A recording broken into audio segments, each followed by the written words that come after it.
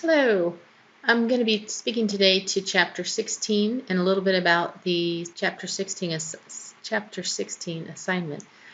So now here in Chapter 16 we are moving into the launch phase of the new product development process. And so the first thing to be sure we are doing at this point in the ball game is to revisit our goals for this project, in particular the PIC goals. Some time has passed since we first put this pick together, so it could very well be that the market's changed, competitors may be different. At this point in particular, we're getting pretty particular, specific about what we're trying to accomplish with this project, and so we need to be defining the metrics that we're going to be trying to meet with the launch of this product, and making sure that all of that meshes with our strategic planning that went into the pick. Okay, so a little more specific with respect to this product launch, we need to be clear about a number of things. I've got a list of them here. What type of demand are we seeking from consumers? Primary demand, secondary demand? Do we expect to have a permanent spot in this market, or are we actually hoping or planning to be a flash in the pan sort of a product? How aggressively do we want to enter this market? To be extremely aggressive could really bring on a competitive reaction that we might not want. We might want to just slip in. Something to think about. What's our competitive advantage? Be clear about that. And keep in mind our total breadth of our product offering.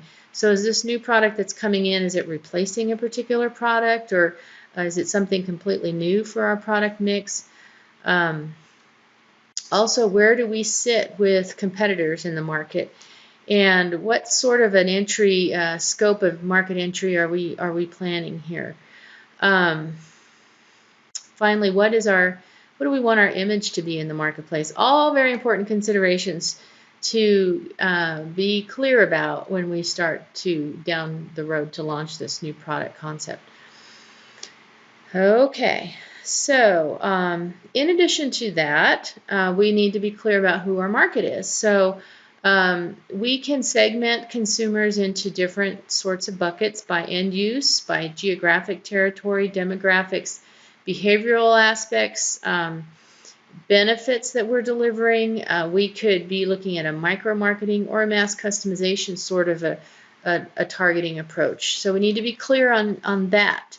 And also, if we're planning to have a new product gain acceptance and visibility in the marketplace, we need to be considerate to diffusion characteristics related to different product features, and also to get our hands on the innovators and the early adopters that are out there in the consumer pool. We want to get to those people because they'll help us disperse our product and awareness of our product throughout the market. All right.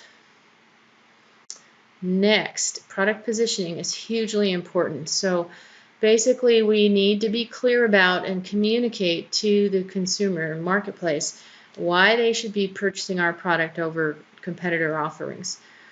We can base that argument on attributes, which would be buy this product because of these benefits or these features, or we could base that positioning on surrogates. So we could use Kareem Abdul-Jabbar to promote our product, and he could say to the marketplace, use this product because I love it. That would be an example of using a surrogate. Also with positioning, you're not just delivering a core benefit to consumers, although that is hugely important, but there's an entire package that goes with it. Even down to how you package the product, the nature of the packaging, the labeling. Okay, so all of those elements and components need to be worked out and identified and clarified. Brand management is a huge deal. So basically, you are developing value around your product name, and how you do that is very strategic. You need to protect the name. Register the name, make sure that the name you choose for your product is smart, and there's a lot that goes into that. You're developing your brand equity, and so there's strategies to do that. Also, from a global perspective, you'll need to decide, do you want to take this same product with the same name, with the same packaging into every country that you go into with it, or do you want to adapt each of those elements to the particular country that you're going into? If you intend to have global brand leadership, that is a situation where you're coordinating all of the brands in each of the countries that you have a presence in around a consumer perspective of quality that has to do with your company name and your product names. So if you can coordinate that across all those multiple countries, then you could be said to be a global brand leader. I think I mentioned before, but packaging is a big deal. Packaging has a couple of functions. First of all, it's protecting your product so that when the consumer goes to purchase and use the product, it's not damaged in any way. Think Oreo cookies, for example. But also, you are promoting your product with the packaging. You're giving information to the consumers with your packaging. And so all of those roll into the branding effort and the brand management effort. Okay, so I know that was pretty quick and brief, but a good overview, I guess, for the chapter. For this chapter, we're going to be looking at the We product. And I want you to think about a number of things with respect to this product. Think about the strategic platform decisions that may have gone into this product launch. It was a completely new product concept. And so there are particular things about the platform decisions that you can speculate were made relative to this product.